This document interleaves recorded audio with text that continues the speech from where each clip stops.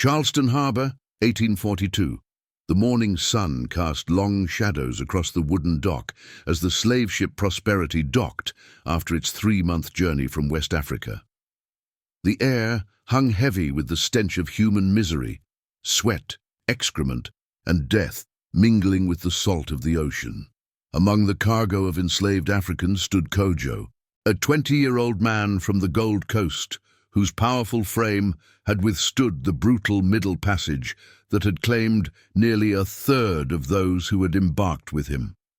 Captain Thaddeus Williams surveyed his human cargo with the clinical detachment of a businessman assessing merchandise.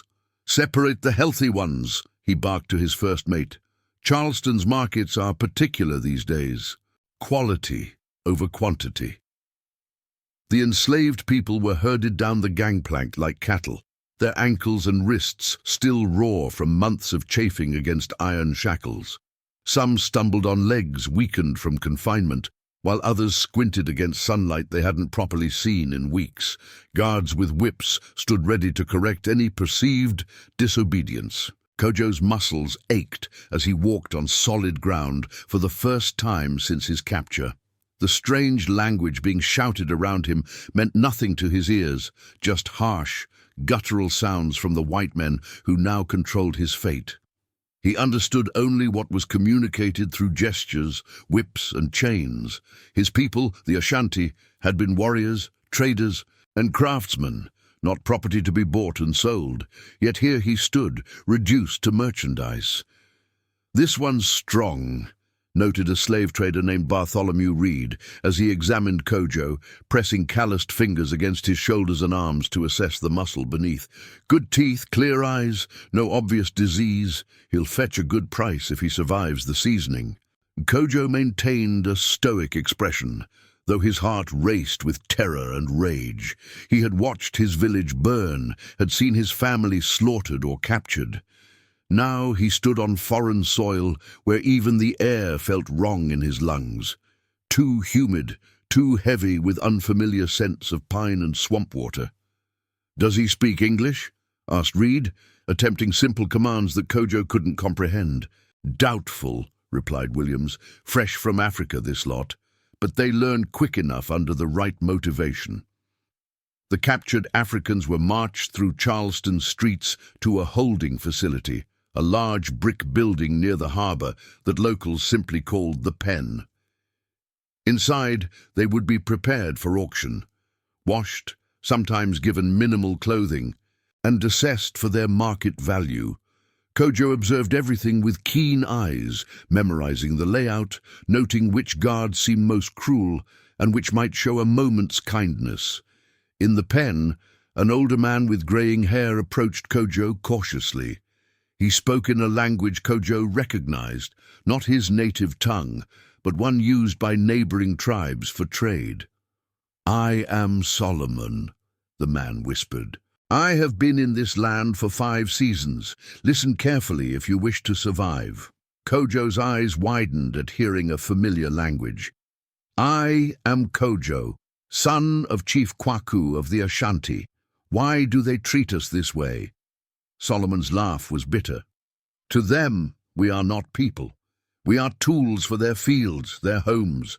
They see no spirit in our eyes, hear no meaning in our words, unless they are the words they taught us." "I will escape," Kojo declared, his voice barely audible. "I will return home." Solomon shook his head sadly. "Many have tried. The ocean is vast, the land is strange, and they hunt runaways with dogs trained to taste our fear." Over the next 3 days, Kojo learned what he could from Solomon. Fragments of English, knowledge of the plantation system that awaited them, warnings about the brutal seasoning process designed to break a slave's will. Each night, Kojo whispered the names of his ancestors, a prayer for strength that no overseer could take from him. On the 4th day, the auction was prepared. Slave trader Reed entered the Pen with 2 assistants, pointing out which slaves would be sold first. "The prime field hands will go quickly," he instructed. "Save the women and children for midday when the wives of the planters arrive." They prefer to select household servants themselves. Kojo and approximately 30 others were loaded onto wagons and transported to the auction block, an elevated wooden platform in Charleston's commercial district where human beings would be displayed and sold like livestock. The auction house bustled with activity as wealthy plantation owners from South Carolina and Georgia gathered to inspect the new arrivals. Kojo stood among a line of men, all stripped to the waist to display their physical condition to potential buyers. "Ladies and gentlemen," announced the auctioneer, a portly man named Elijah Briggs, whose booming voice carried across the courtyard. "Today we present a fine selection of prime field hands, skilled craftsmen, and domestic servants for your consideration. All merchandise is sold as is, with no warranties expressed or implied beyond the customary 3-day inspection period." One by one, the enslaved men were paraded onto the block. The auctioneer highlighted their attributes as bidders called out prices. Each human being sold within minutes to the highest bidder. When Kojo's turn came, he stood tall, his expression giving nothing away, despite the humiliation of being examined like an animal. The auctioneer prompted him to open his mouth, turn around, and flex his muscles. "Here we have an exceptional specimen, gentlemen. Direct from the Gold Coast. Prime age of approximately 20 years, excellent physical condition. Observe the musculature. This one will give you years of labor in your cotton fields." But when the bidding began, complications arose. "Does he speak English?" called a potential buyer. "Not as yet," replied Briggs. "Fresh from Africa, but he appears intelligent enough to learn quickly." The buyer frowned. "Too much trouble. I need workers who understand commands now, not in 6 months." Several others murmured in agreement, and the bidding stalled at a price far below what Kojo's physical condition would normally command. Plantation owners preferred slaves who already understood English or had been seasoned on Caribbean plantations before arriving in the American South. Reed whispered urgently to the auctioneer, concerned about taking a loss on such a promising specimen. Briggs nodded and raised his hand for attention. "Gentlemen, I've just received information that this man was no ordinary tribesman in Africa. He was the son of a chief, trained in their methods of war and leadership. Consider the advantage of such blood in your breeding program. Strong offspring mean the next generation of field hands will require less replacement." This new angle sparked renewed interest. A tall, thin man in expensive clothing stepped forward. "Let me see his back," he demanded. The auctioneer instructed Kojo to turn, revealing his unmarked back. "No scars," noted the man approvingly. "Never been whipped. That means he's either obedient by nature or has yet to be properly broken."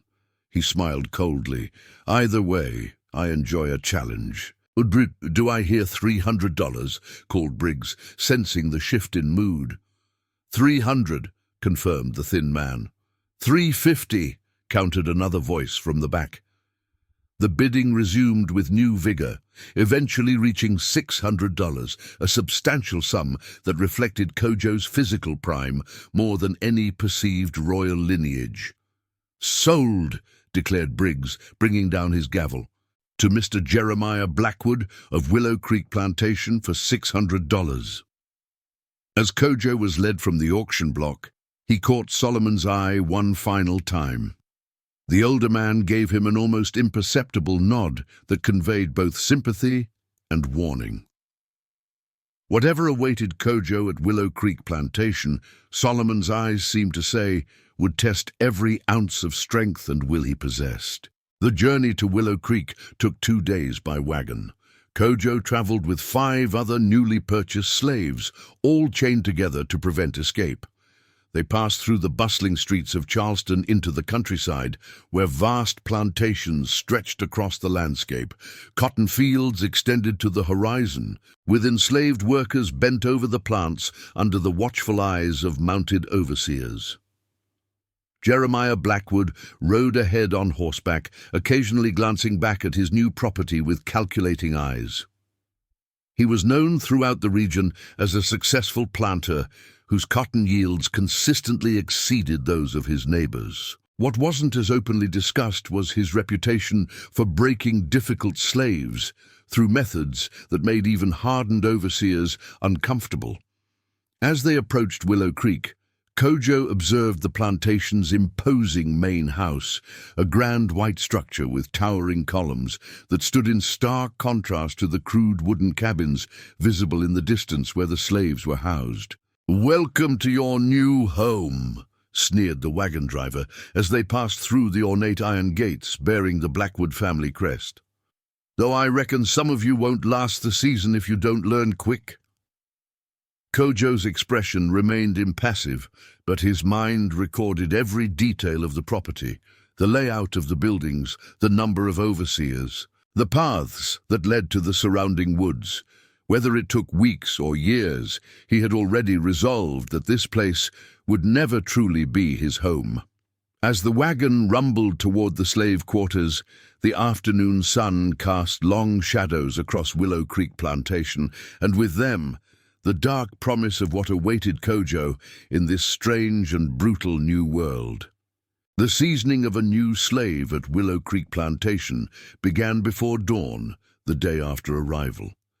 Kojo was awakened by the loud clanging of a bell, its harsh peal cutting through the pre-dawn darkness.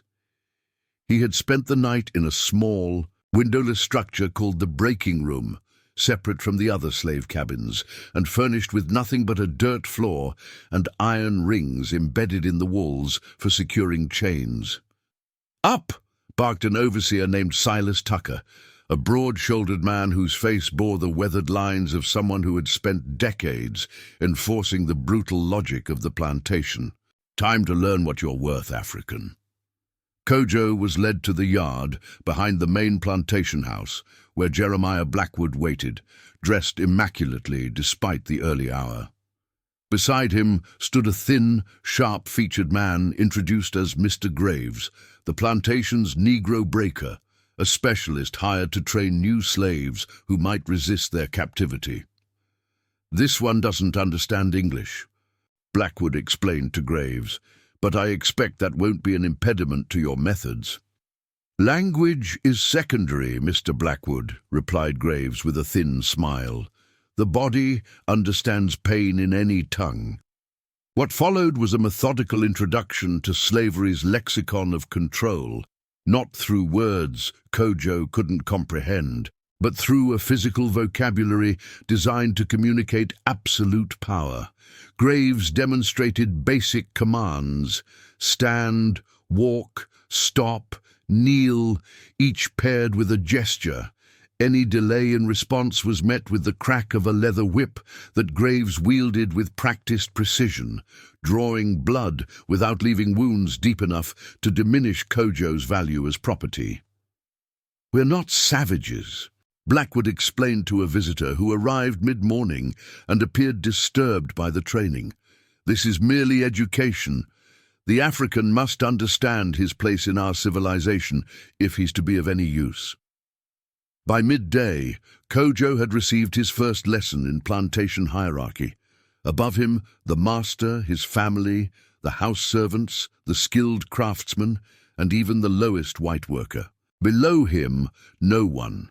After the morning's lessons, Kojo was assigned to a field gang under the supervision of an older slave named Moses, who had been at Willow Creek for 20 years. Moses had been instructed to teach Kojo the basics of cotton cultivation, how to properly use a hoe, how to distinguish cotton plants from weeds, how to pick the bolls without damaging the valuable fibers. "You learn fast, or you die slow," Moses whispered when the overseer wasn't watching. "Master Blackwood don't keep slaves who can't earn their keep." Kojo nodded, understanding the tone, if not all the words. He mimicked Moses's movements precisely, determined to master these alien tasks. His mind might be filled with thoughts of resistance, but his body would play the role of the obedient slave, until opportunity presented itself. As the brutal first day drew to a close, Kojo's hands were blistered, his back burned from hours under the southern sun, and his spirit.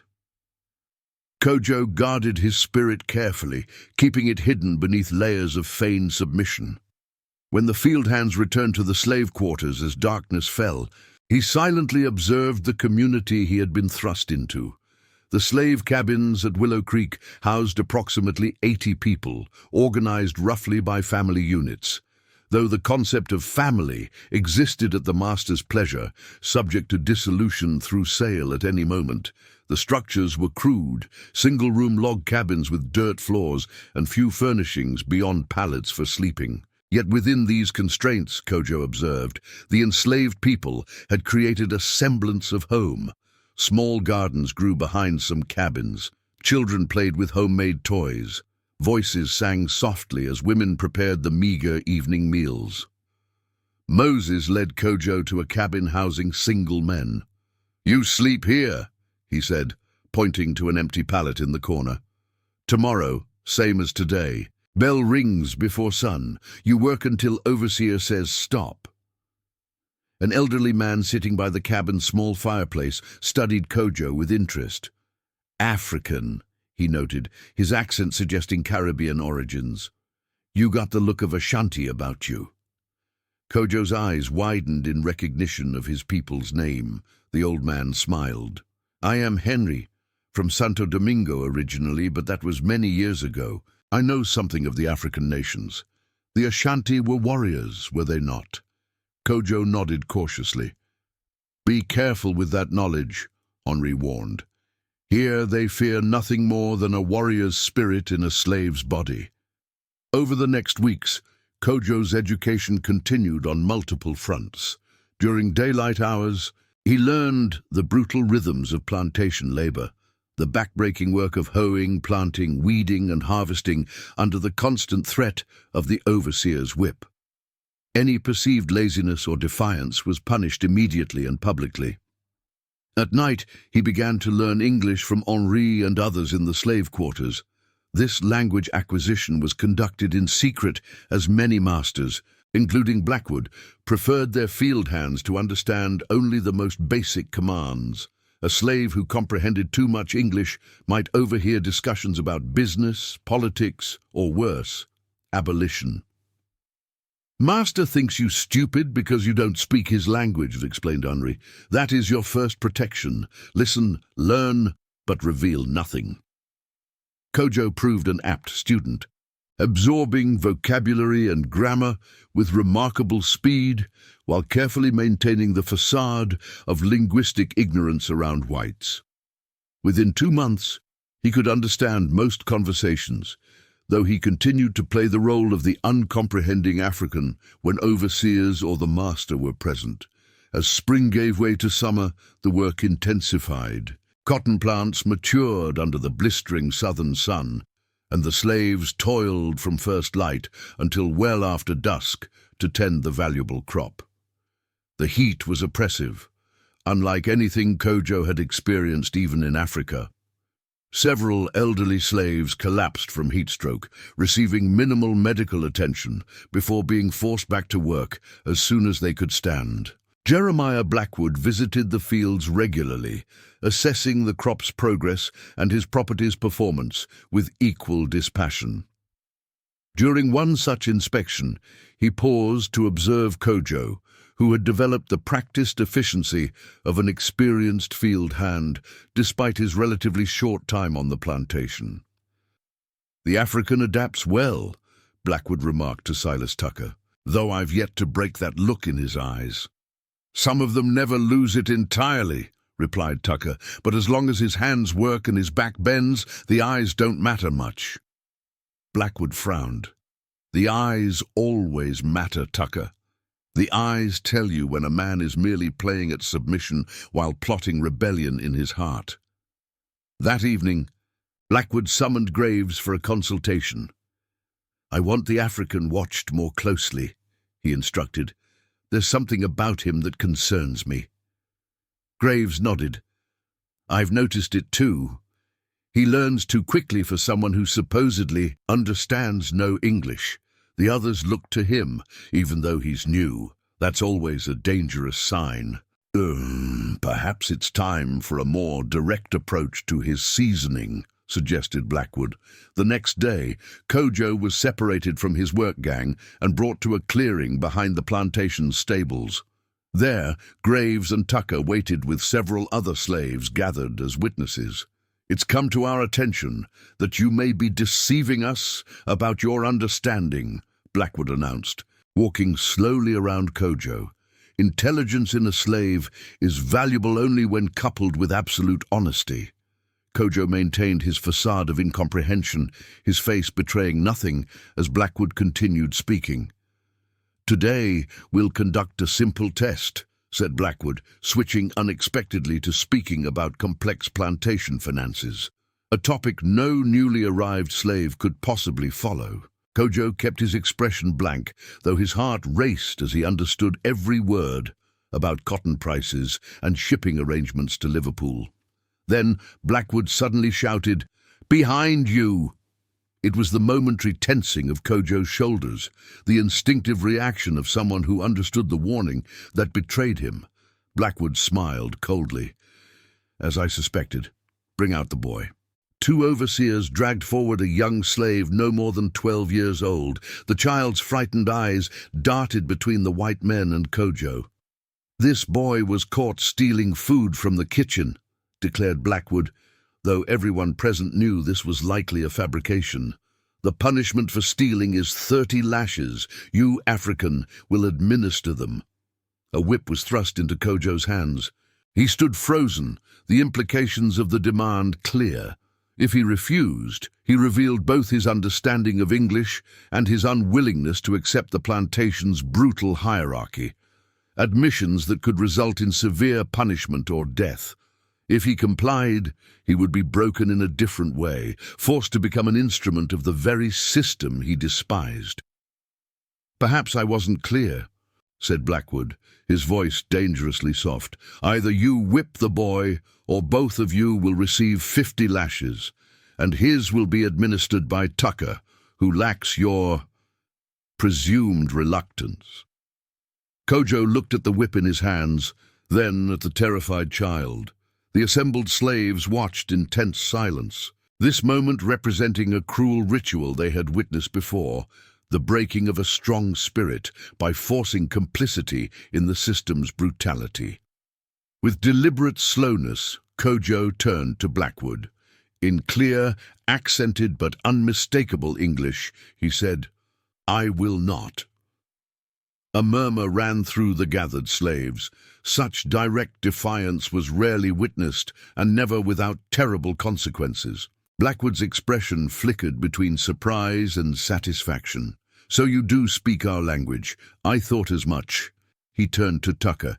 50 lashes for both. The boy first, so our African friend can observe the consequences of his nobility." What followed was a calculated exercise in psychological torture. Kojo was forced to watch as the boy received his punishment, each stroke drawing screams that would haunt Kojo's dreams for years to come. When the child finally fell unconscious, it was Kojo's turn. Stripped to the waist and tied to a post, Kojo endured his lashing without making a sound, a final act of defiance that impressed even the hardened overseers. By the 30th stroke, his back was a map of torn flesh and blood. But his silence remained unbroken. At 50, when they cut him down, he managed to stand on his own, looking directly at Blackwood with eyes that promised this matter was far from settled. "Take him to the sick cabin," ordered Blackwood. "Ensure he survives. A spirit like that is worth breaking properly." As Kojo was led away, the other slaves kept their eyes downcast, but he could sense their attention. His defiance had transformed something in the plantation's atmosphere, a nearly imperceptible shift in the relationship between the enslaved and their captors. Whether this would lead to hope or harsher repression remained to be seen. In the cramped, stifling sick cabin, An elderly woman named Ruth tended to Kojo's wounds with poultices made from herbs grown in secret gardens behind the slave quarters. "You've done something dangerous," she whispered as she worked, "but maybe something necessary too." Through lips cracked with pain, Kojo asked, "The boy?" "He'll live," Ruth replied, "and he'll remember that someone stood for him when no one else would." McKinney, as night fell over Willow Creek Plantation, Kojo drifted between consciousness and fevered dreams of his homeland. The day's events had altered his status among both the enslaved community and their captors. To his fellow slaves, he had become something dangerous but essential, a symbol of resistance within compliance. To Blackwood and the overseers, he represented a challenge that could not be ignored, a potential infection of defiance that might spread if not thoroughly cauterized. In the big house, Jeremiah Blackwood sat in his study, a glass of bourbon in hand, as he contemplated the day's events. "An interesting development," he mused to his headhouse slave, a man named Samuel, who had served the Blackwood family for 30 years. "Yes, master," replied Samuel, his face carefully arranged in the neutral expression all house slaves learned to maintain. "Most would have broken and whipped the boy," continued Blackwood. "Self-preservation is a powerful instinct." "Yes, master." Blackwood studied Samuel's impassive face. "What do the quarters say about the African?" Samuel hesitated, knowing the danger of such questions. "They say little in my presence, master." "Come now, Samuel, we both know better. What do they say?" After another pause, Samuel answered carefully, "They say he has reminded them of something they try to forget." "And what is that?" "That before they were slaves, they were men." Blackwood's face darkened. "A dangerous reminder indeed." He drained his glass and set it down with deliberate control. "Tomorrow we begin Phase 2 of the African's education. Send word to Graves. I want him prepared at first light." As Samuel bowed and left the room, Blackwood turned to gaze out the window at the slave quarters in the distance. The small fires and lanterns created pinpoints of light in the darkness, each representing potential resistance that must be extinguished. He had built Willow Creek into one of the most productive plantations in South Carolina through the careful management of his human property. One defiant slave, no matter how exceptional, would not undermine that achievement. Yet as he contemplated Kojo's unwavering gaze during the whipping, Blackwood felt an unfamiliar sensation, the first faint stirring of doubt about his absolute control over the kingdom he had built on stolen lives and broken spirits. Dawn broke over Willow Creek Plantation with a blood-red sky that the superstitious among the slaves took as an omen. Despite his injuries, Kojo was dragged from the sick cabin before sunrise. His back, still raw and partially scabbed from the previous day's whipping, screamed with pain as the overseers hauled him toward a small building set apart from the others, the plantation's correction facility. Inside waited Jeremiah Blackwood and Mr. Graves. The room contained various implements of torture disguised as discipline. Whips of different thicknesses, iron restraints, a wooden contraption for immobilizing the most resistant slaves. "Good morning, Kojo," said Blackwood, using his name for the first time, a calculated intimacy more unsettling than any threat. "I trust you've reflected on yesterday's choices." Kojo stood as straight as his injured body allowed. His night in the sick cabin had been spent not in regret but in strategic thinking. He had revealed his English comprehension. That tactical advantage was lost. Now he needed to determine how much defiance he could display while avoiding death or permanent disablement. "You present an interesting challenge," continued Blackwood, circling Kojo slowly. "Most slaves brought to America either accept their position or break themselves against the impossibility of resistance. You've chosen a third path, a performance of submission with the soul of rebellion intact." Graves stepped forward, holding what appeared to be a metal collar. "This," he explained, "is reserved for our most problematic property. It serves as both punishment and warning." The iron collar was heavy, with 4 protruding spikes that prevented the wearer from lying down comfortably. Once locked around Kojo's neck, it would remain until Blackwood decided to remove it, days, weeks, or months later. "Before we proceed," said Blackwood, "I offer you a choice. Accept your place here willingly, demonstrate your submission by whipping another disobedient slave, and the collar becomes unnecessary. Continue your defiance, and you'll wear it until your spirit breaks or your body fails." Kojo's response was measured, his recently revealed English careful and deliberate. "I cannot whip another."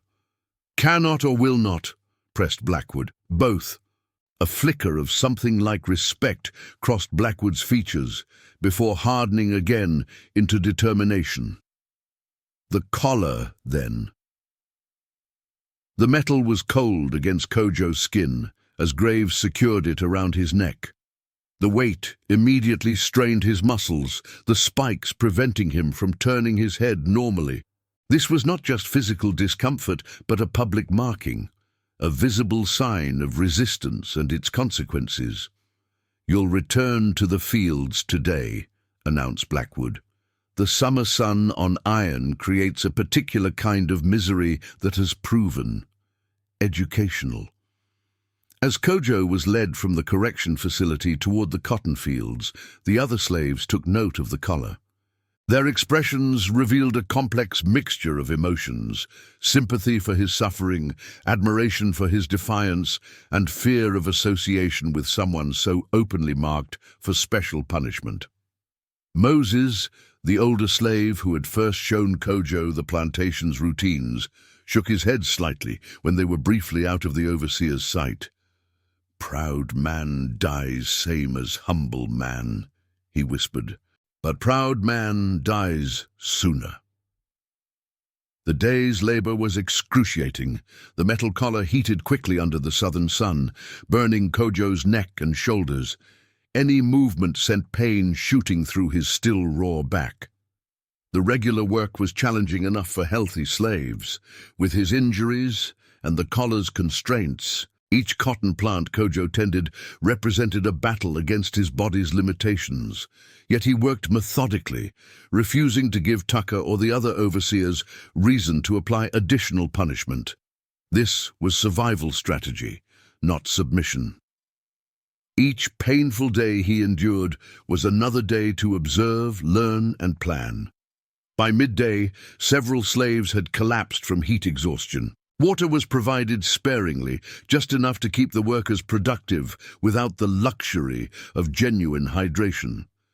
When the water bucket came to Kojo, the overseer watching made him wait until last. A small cruelty meant to reinforce his status as especially disfavored. As the brutal day progressed, Kojo noticed something unexpected. The other field hands had begun to position themselves to create moments of shade for him when the overseers weren't watching directly.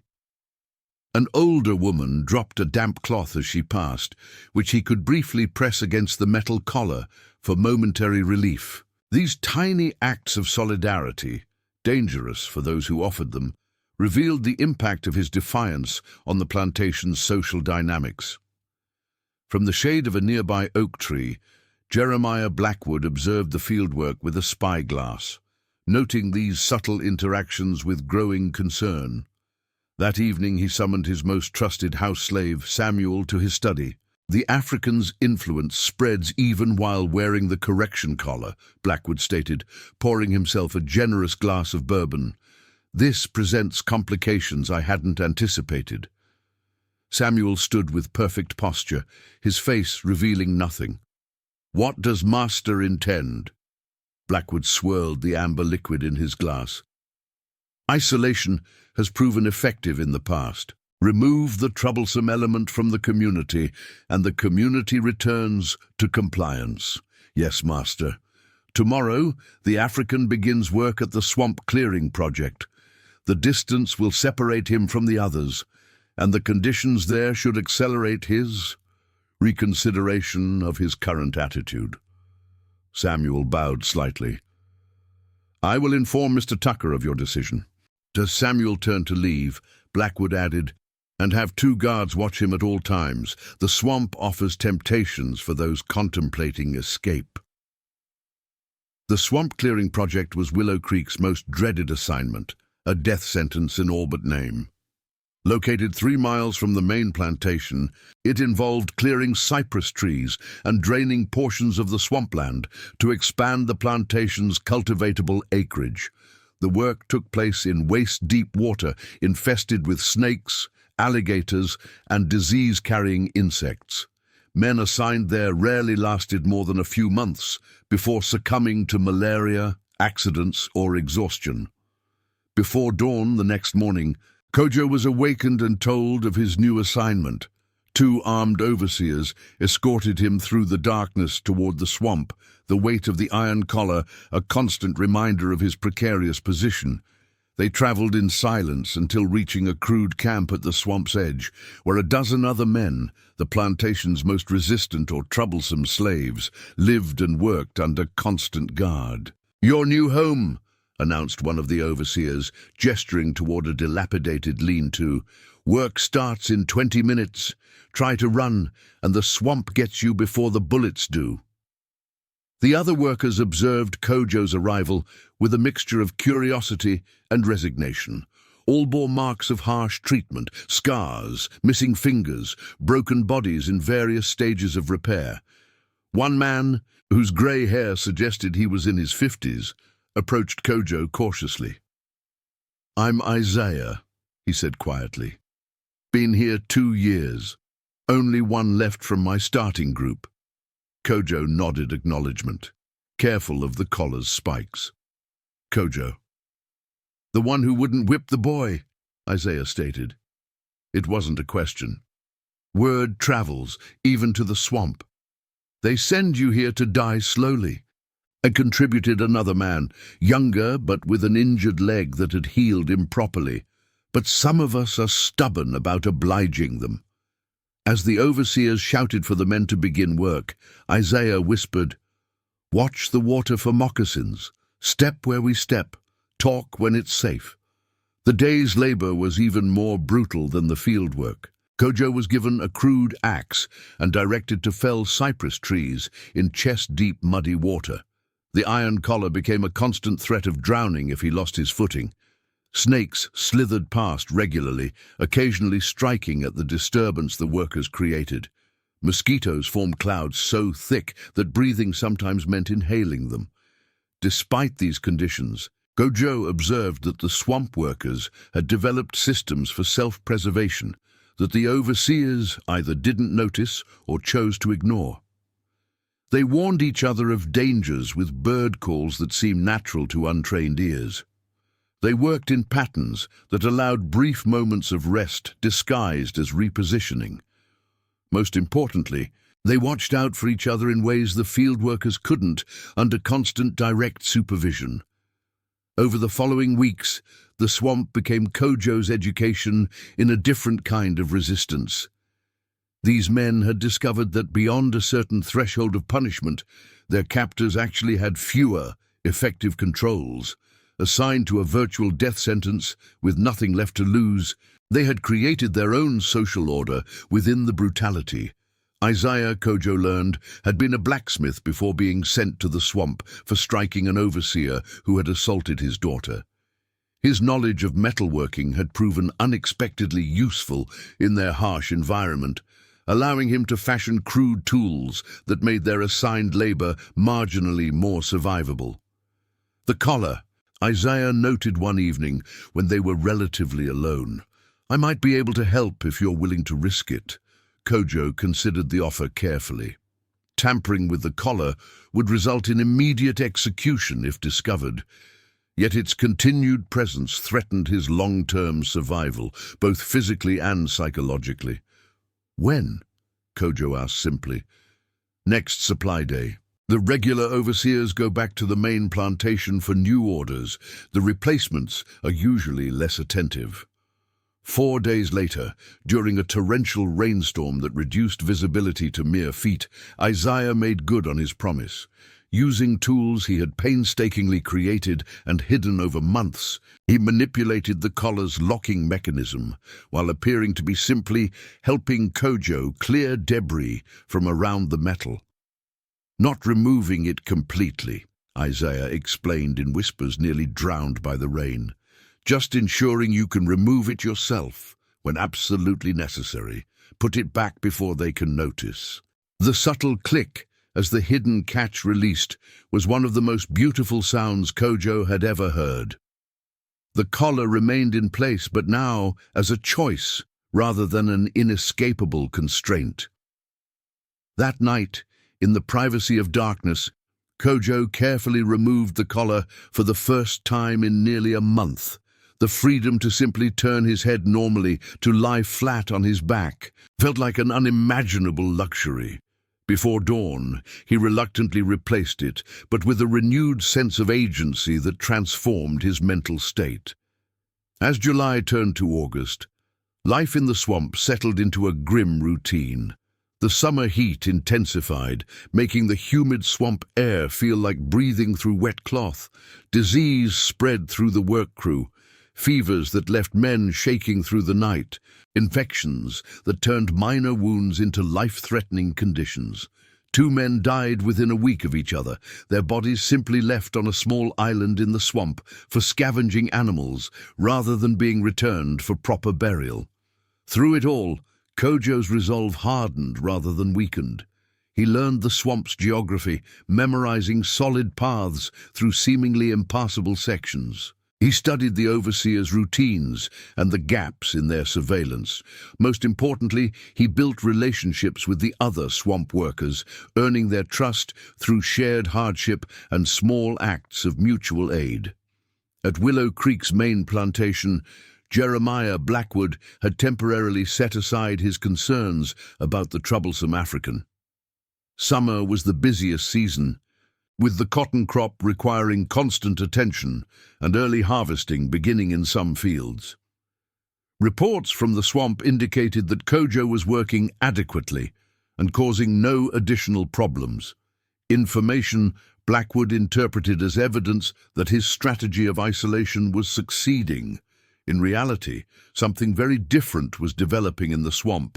The small community of condemned men had begun to rally around Kojo's quiet strength and strategic thinking. Evening conversations, conducted in whispers beyond the overseer's hearing, had evolved from mere commiseration to tentative planning. 3 have tried escaping through the North Passage this year, Isaiah informed Kojo during one such conversation. None made it. Dogs caught 2. Alligators got the 3rd. What about west? Kojo asked. Where the water flows out. Deeper swamp for 20 miles. Few know the paths, but some do.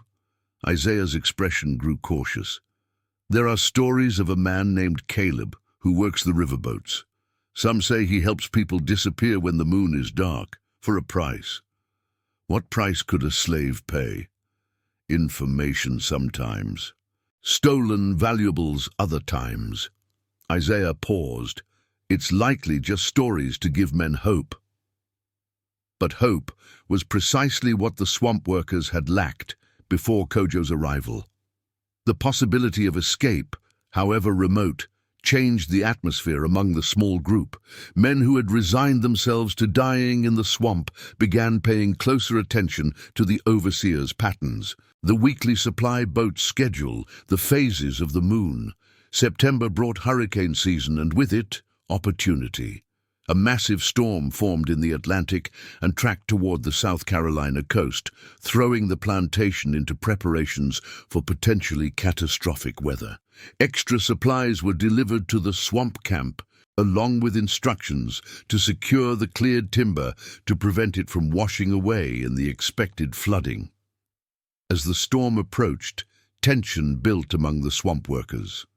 Without explicitly stating intentions, they had positioned themselves for action if the right moment presented itself. Isaiah had created duplicate tools and hidden them in waterproof oilcloth.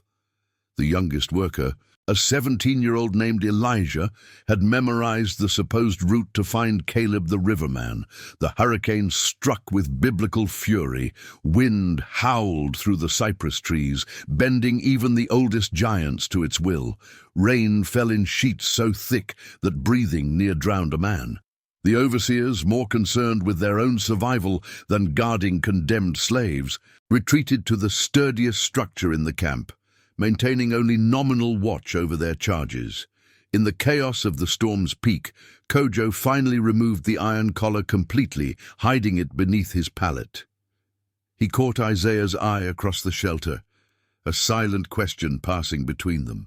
The older man gave an almost imperceptible nod. This was their moment, perhaps the only one they would ever have.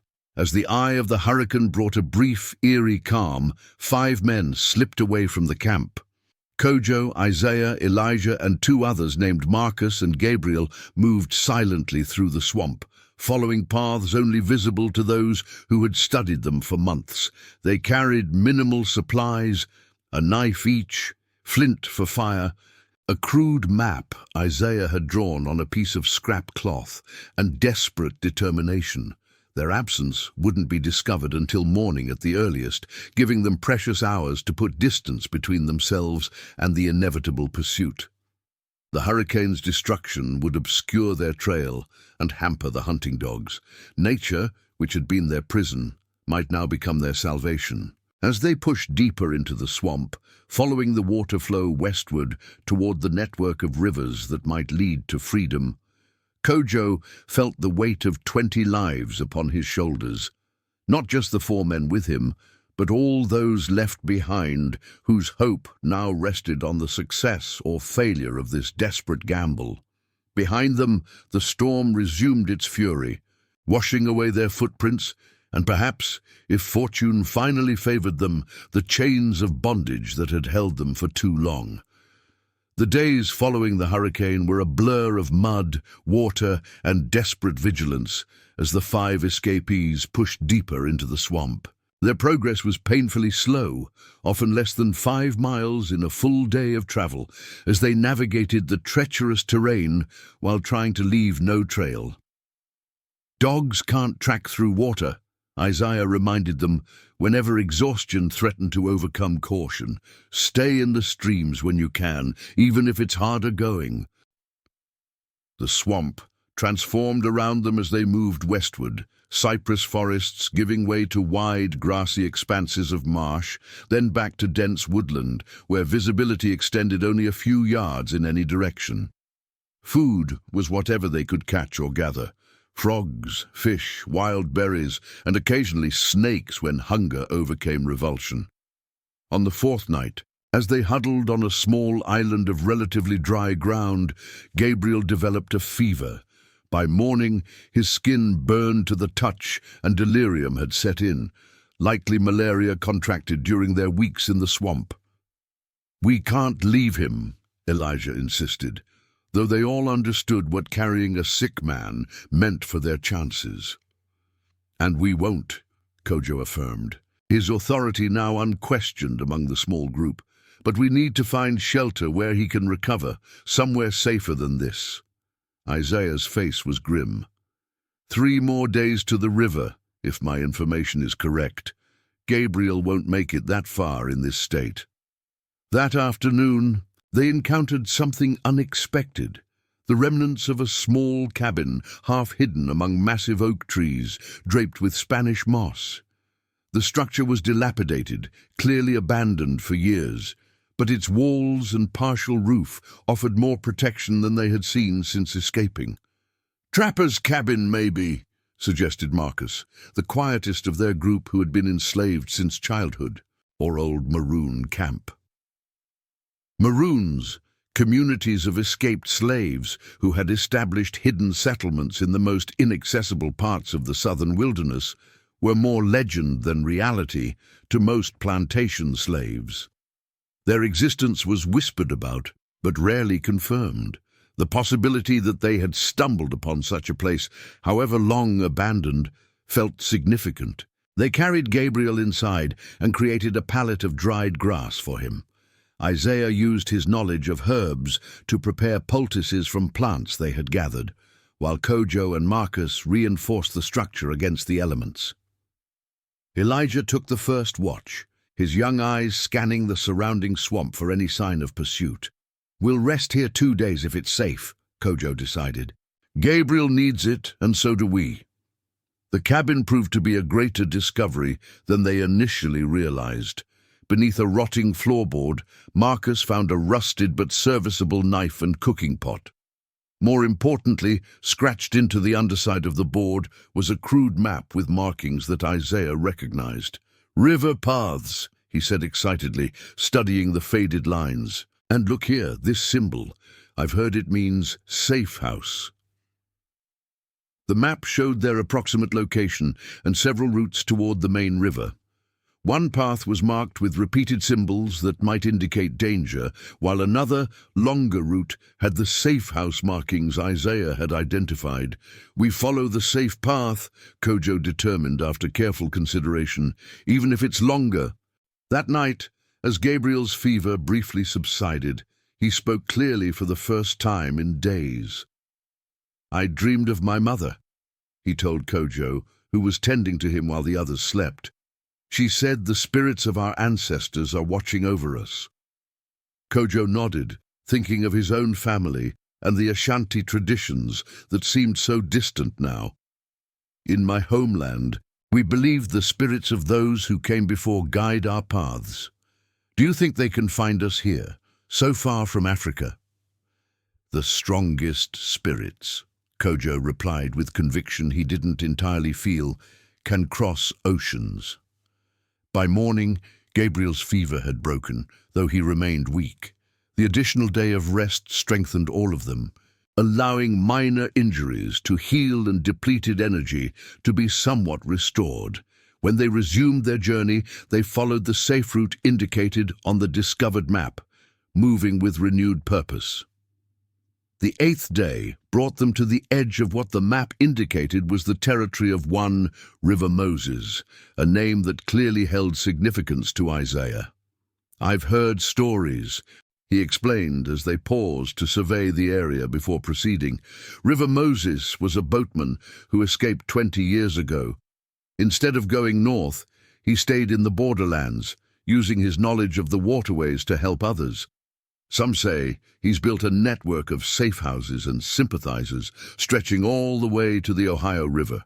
Whether the stories were true or merely hopeful legends remained to be seen.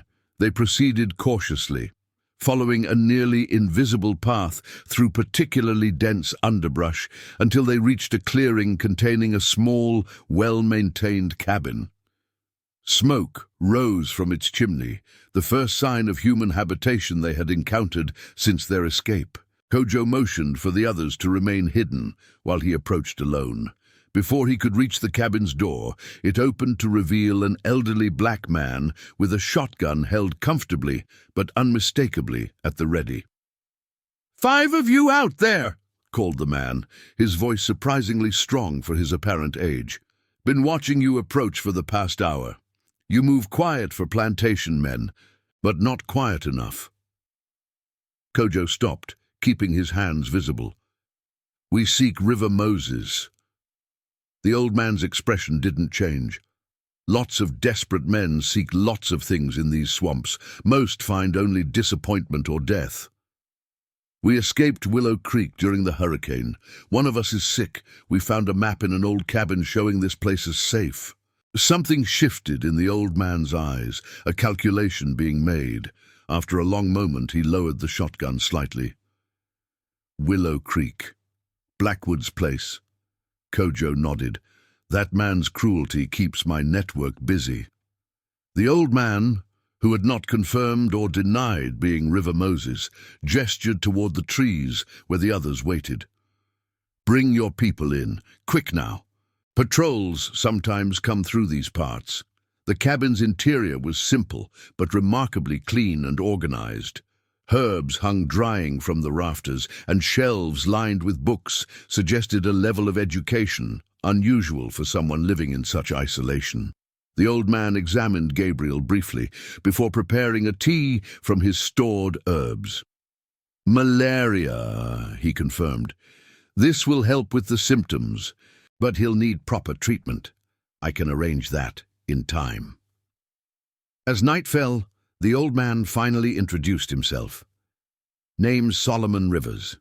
White folks shortened it to River Moses years back, and the name stuck." He studied each of them carefully.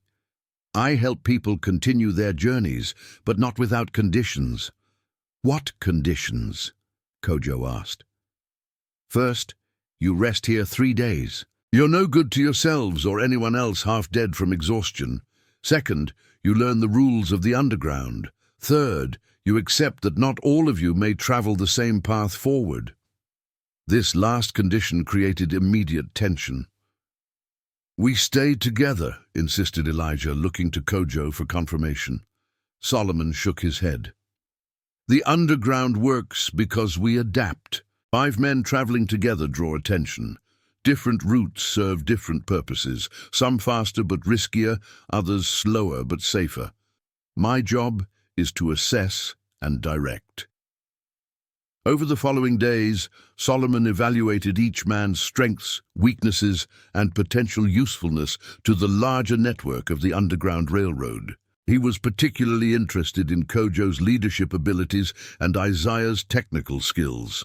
"Blacksmith training is valuable," he told Isaiah. "We have a contact in Western Virginia, a free blacksmith who could use your expertise. He helps forge documents and tools for those continuing north." To Gabriel, whose health was improving but remained fragile, Solomon suggested a longer stay in a maroon community deeper in the swamp. "They have a healer better than me. Once you're strong, you can either stay with them or continue north." Marcus, whose childhood on coastal plantations had given him extensive knowledge of local waterways, was offered a position helping to guide others through the initial stages of escape, the most dangerous part of the journey. For Elijah, the youngest and most adaptive, Solomon recommended the quickest route north. "You could reach Pennsylvania within 2 months if the connections hold. Your youth makes you less suspicious as a traveling laborer with the right papers." Only Kojo's path remained undefined. On their final night at Solomon's cabin, the old man invited him to share a private conversation outside under the stars. "You're different from the others," Solomon observed. "I've guided hundreds of escaped souls, and I recognize something in you, a purpose beyond mere freedom for yourself." Kojo remained silent, unsure of how much to reveal of his developing thoughts. "The underground needs men like you," continued Solomon, "men who can lead, who understand both worlds, who can build bridges between communities." "I know nothing of this country beyond Willow Creek and these swamps," Kojo objected. Solomon smiled. "Yet you led 4 men successfully through impossible terrain with hunters behind you. You maintained their unity and purpose when fear would have shattered most groups.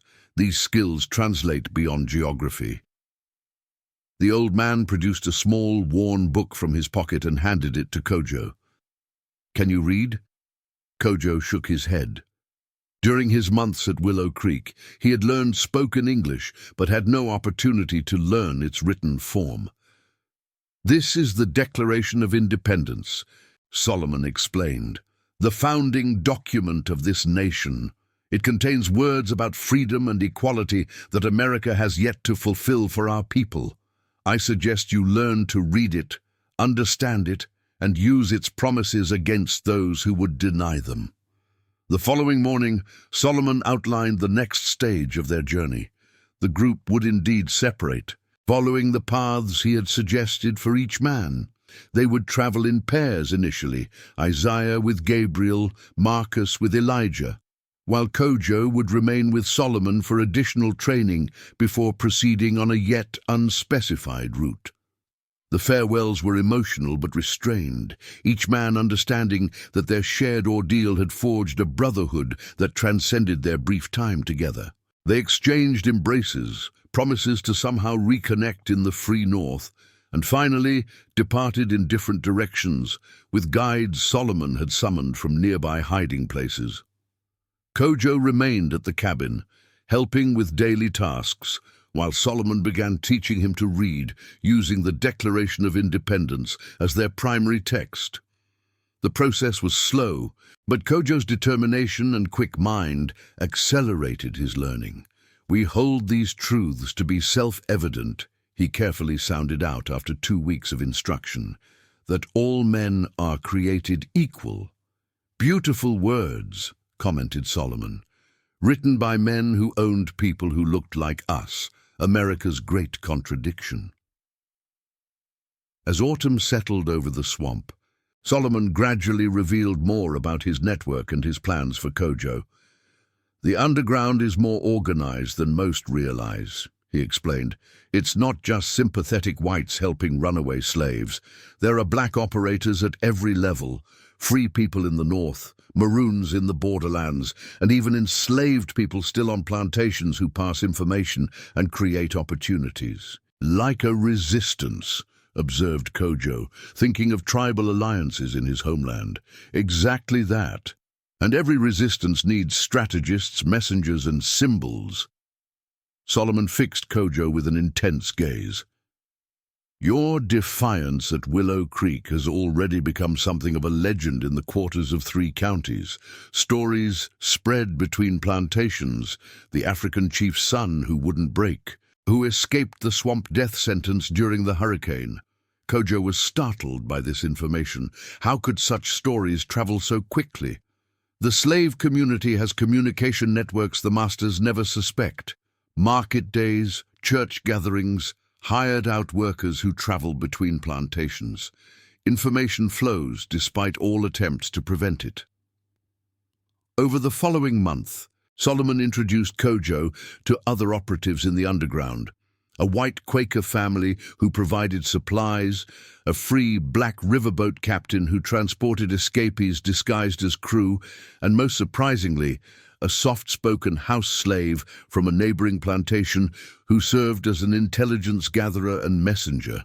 This last contact brought disturbing news on a cold November evening. "Blackwood hasn't abandoned the search for you and the others," she reported.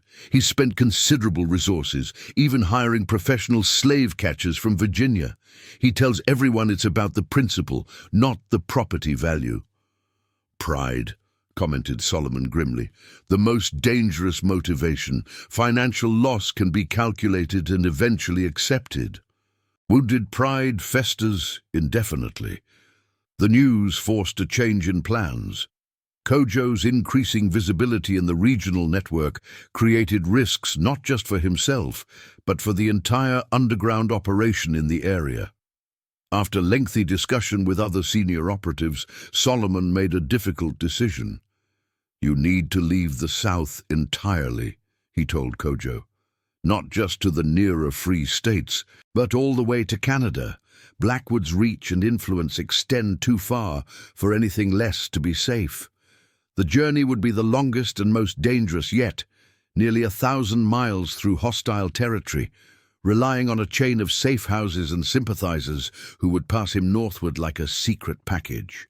Before departing, Kojo asked Solomon a question that had been forming in his mind for weeks. "Why did you choose this life? You could have gone north yourself years ago, lived in freedom." Solomon was silent for a long moment before responding. "Freedom isn't just about where your body resides, but what your spirit accomplishes.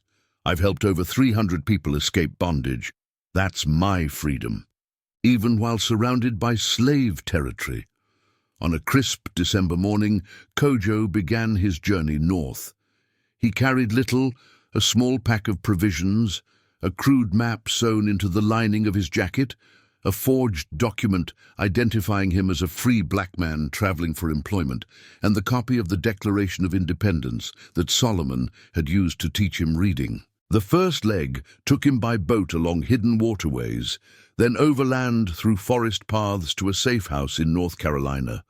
From there, The journey continued in stages, sometimes traveling openly on public roads with his forged papers, other times hiding in secret compartments of wagons driven by underground conductors, occasionally walking through wilderness to avoid populated areas entirely. Each stop along the Underground Railroad revealed new dimensions of America's complicated relationship with freedom and bondage. Kojo met Quakers whose religious convictions demanded they oppose slavery, former slaves who had purchased their own freedom and now risked everything to help others, and white farmers whose moral outrage at the peculiar institution overcame their social conditioning. In Western Virginia, Kojo was reunited briefly with Isaiah, who had indeed found placement with the blacksmith Solomon had mentioned. The older man had already begun teaching others his skills, while also crafting specialized tools for escaping slaves: hidden compasses, lockpicks disguised as ordinary objects, and knives that could be concealed in walking sticks. The others made it safely, Isaiah reported during their one night together. Gabriel stayed with the Maroon community, but has recovered his health. Marcus is working the river routes. Elijah reached Pennsylvania last month and has found work with an abolitionist printer. Their parting the next morning was bittersweet, a brotherhood forged in the crucible of shared suffering, now dispersed across a continent, but united in purpose. As Kojo traveled further north, winter descended in full force. The journey became not just a test of courage and cunning, but of physical endurance as well. Snow-covered trails obscured landmarks. Freezing temperatures threatened frostbite, and reduced daylight hours limited travel time. In Ohio, illness nearly ended Kojo's journey. A fever, likely pneumonia, left him bedridden for nearly 2 weeks in the home of a free black family who risked their own safety to nurse him back to health. During his delirium, Kojo's mind returned repeatedly to Willow Creek, to the faces of those he had left behind, and to the iron collar that had once encircled his neck. When consciousness returned fully, Kojo found himself being watched by an elderly woman whose dignified bearing reminded him of the village elders from his homeland. "You spoke many languages in your fever dreams," she told him. "Some I recognized as African, others I did not. But the names you called, they were your people?" Kojo nodded weakly. "My family, my village, all gone now." "Not gone," she corrected gently. "Carried within you, and honor them you have by your courage and your refusal to be broken." By February, Kojo had recovered enough to continue his journey. The final stages would take him through upstate New York and across the border into Canada, where British law ensured his freedom would be protected by more than the fragile network of the Underground Railroad. The last American safe house was operated by Frederick Douglass, the famous escaped slave and abolitionist whose oratory and writings were transforming the national conversation about slavery. Though Douglass was away speaking when Kojo arrived, his wife showed the same commitment to the cause, providing food, clean clothing, and, crucially, information about the final crossing. "The border is more closely watched than ever," she explained, spreading a detailed map before him. "The Fugitive Slave Act has emboldened slave catchers to operate even in free states. They've been known to cross into Canada illegally to kidnap escaped slaves. The final crossing would happen at night, across the frozen surface of Lake Erie, where the border was less patrolled due to the dangerous conditions. A guide, a free black man who had made the crossing dozens of times, would accompany Kojo for this last, perilous leg of the journey. On a moonless night in late February 1843, more than 7 months after his escape from Willow Creek Plantation, Kojo stood at the southern shore of Lake Erie. Beside him was Samuel, his guide, a man of few words but deep experience in this dangerous work. "The ice is solid enough," Samuel assured him, testing it with a specially designed pole. "But we stay on the path I show you. Some areas thin faster than others." The crossing took hours, moving slowly through the darkness with only stars for navigation. The bitter cold seeped through layers of clothing, and the ice occasionally groaned beneath their feet, a reminder of the deadly water waiting below if they misjudged their path. Near dawn, they reached the northern shore, Canadian soil. Samuel pointed to a small light visible in the distance. "That farm belongs to the Johnsons, former slaves themselves. They'll welcome you." Before they parted, Kojo asked the question he had put to Solomon months earlier. "Why do you risk this, again and again?" Samuel's response was different, but equally powerful. "Each person I bring across is one more piece of myself reclaimed from those who said we were property. One more proof that they were wrong about who and what we are." The Johnson farm represented more than just physical safety. It was part of a settlement of former slaves who had built a community of mutual support and determined progress. Here, Kojo would find shelter, work, and eventually a chance to contribute to the growing abolitionist movement through his own powerful story. As spring arrived in his new home, Kojo received an unexpected letter forwarded through Underground Railroad contacts. It had originated from Charleston and followed his path northward for months, passed hand to hand by the same network that had ensured his freedom. The letter was from Ruth, the healer who had tended his wounds after the whipping at Willow Creek. In careful handwriting that suggested she had only recently learned to write, she shared news that Jeremiah Blackwood had died suddenly of apoplexy, a stroke brought on, some whispered, by his rage upon learning that all 5 escaped slaves had successfully reached free territory despite his expensive efforts to recapture them. More significantly, Ruth reported that the stories of their escape had spread throughout the slave communities of 3 states, inspiring at least 12 more successful escapes in the months that followed. The swamp route they had pioneered was now an established path on the Underground Railroad, known to conductors as Kojo's Way. In the year that followed, Kojo dedicated himself to mastering written English and studying the legal and philosophical underpinnings of both slavery and abolition. With Frederick Douglass's encouragement, he began sharing his story at abolitionist meetings, first in small gatherings, then to increasingly larger audiences. His narrative was powerful precisely because it embodied the journey from chattel to citizen, from property to personhood, that America itself would need to make if it were to fulfill the promise of those words he had first struggled to read in Solomon's cabin. "We hold these truths to be self-evident, that all men are created equal." On a warm summer evening in 1844, Kojo stood before his largest audience yet, an abolitionist convention in Boston attended by hundreds. As he looked out over the assembled faces, both black and white, he fingered the small iron lock from his collar that he now carried as a reminder and a symbol. "I stand before you as living testimony," he began, his accented English now fluent and compelling, "not just to the horrors of slavery, which many have eloquently described, but to the unquenchable human spirit that slavery fails to extinguish. When they sought to break my body, they instead fortified my resolve. When they attempted to isolate me, they connected me to a community of resistance that stretches across this continent." As his words filled the hall, Kojo realized that his journey had been not just a path to personal freedom, but the beginning of a larger mission. The revolution that had begun in his heart during those dark days at Willow Creek had found its voice and purpose in the growing movement to ensure that America's founding promises would finally be extended to all its people.